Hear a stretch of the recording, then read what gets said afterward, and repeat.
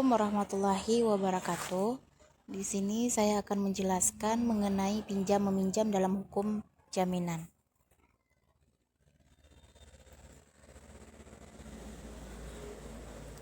Di dalam pasal 1754 KUH Perdata mengatakan pinjam meminjam adalah persetujuan dengan mana pihak yang satu memberikan kepada pihak yang lain suatu jumlah tertentu barang-barang yang menghabis karena pemakaian dengan syarat bahwa pihak yang belakangan ini akan mengembalikan sejumlah yang sama dari jenis keadaan yang sama.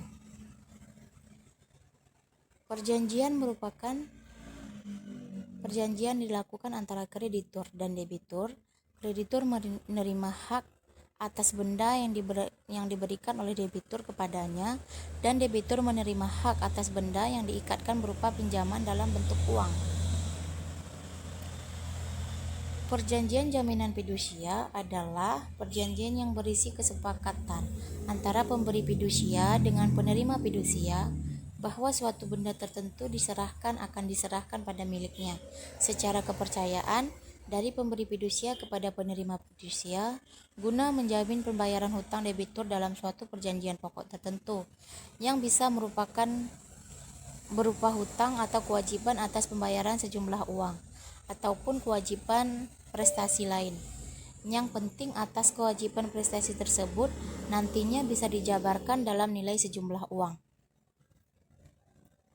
Di dalam pasal 14 ayat 3 Undang-Undang Perdata mengatakan jaminan fidusia lahir pada tanggal yang sama dengan tanggal dicatatnya jaminan fidusia adalah buku daftar fidusia. Berdasarkan ketentuan di atas, nampaknya bahwa lembaga jaminan fidusia belum lahir hanya dengan adanya perjanjian penjaminan fidusia, atau bahkan sampai dengan penyerahan secara fidusia di bawah tangan. Jaminan fidusia baru lahir ketika perjanjian jaminan fidusia telah dicatatkan dalam buku daftar fidusia pada kantor pendaftaran fidusia.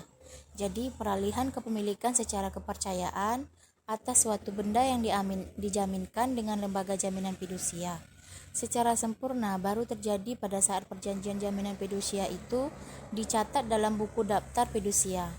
Kalau jaminan itu diberikan atas benda yang belum ada, maka terdapat jaminan fidusia yang telah didaftarkan tersebut. Janji untuk menyerahkan secara fidusia.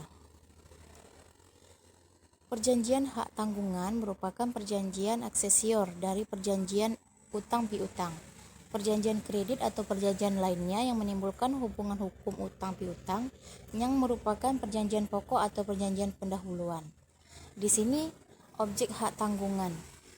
Dengan demikian, maka hak atas tanah yang dengan undang-undang ini ditunjuk sebagai objek hak tanggungan adalah hak milik, hak guna usaha, hak guna bangunan, dan hak pakai atas tanah negara yang menurut sifatnya dapat dipindah tangankan.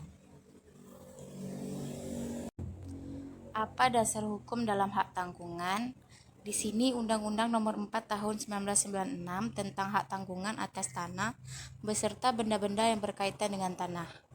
Objek hak tanggungan adalah yang pertama, hak atas tanah yang dibebani hak tanggungan, yaitu hak milik, hak guna usaha, dan hak guna bangunan. Yang kedua, hak pakai atas tanah negara yang menurut ketentuan berlaku wajib didaftarkan menurut sifatnya dan dapat dipindahtangankan dan juga dapat dibebani oleh hak tanggungan. Baik, mungkin sampai di sini presentasi saya. Wabillahi taufiq wal hidayah. Wassalamualaikum warahmatullahi wabarakatuh.